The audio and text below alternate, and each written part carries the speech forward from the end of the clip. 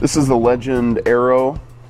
All of our kits come complete with onboard air compressor, wiring harness with Deutsch connectors, so you can plug in 3 connections and have the kit installed. It also comes with a handlebar control that operates that compressor or releases air. This here is the shock itself. It's all billet anodized with a hard coat finish.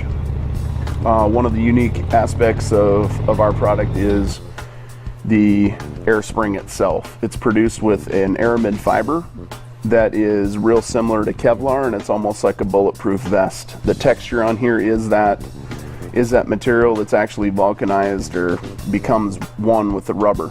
So we're able to offer a lifetime warranty because of that air spring. It also maintains its diameter. Any of the other air springs you'll see will continue to grow over time and eventually fail. This will not have that. It maintains a 2% or 2 millimeter growth in diameter.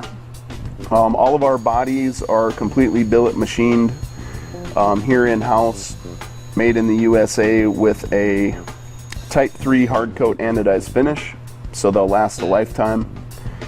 This particular model of Legend Aero is our Aero-A, which has adjustable rebound.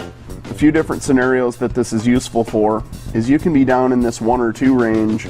If you're a real light rider, you'd obviously be running less air in the system, which would be a lighter spring rate. So you're going to want a little bit lighter or softer or more compliant rebound. So you're going to set on that 1 or 2 setting. 4 is real average, maybe that 200 to 300 pound rider. If you carry a passenger, you can click to this 5 or 6 because you'll be having a little bit more air pressure. And then a real aggressive rider is also going to be running on this higher end 4, 5, or 6 range on the rebound, because they'll have a higher pressure in the system to get the bike up off the road, a little stiffer spring rate to handle higher speeds in the corners, those kinds of things.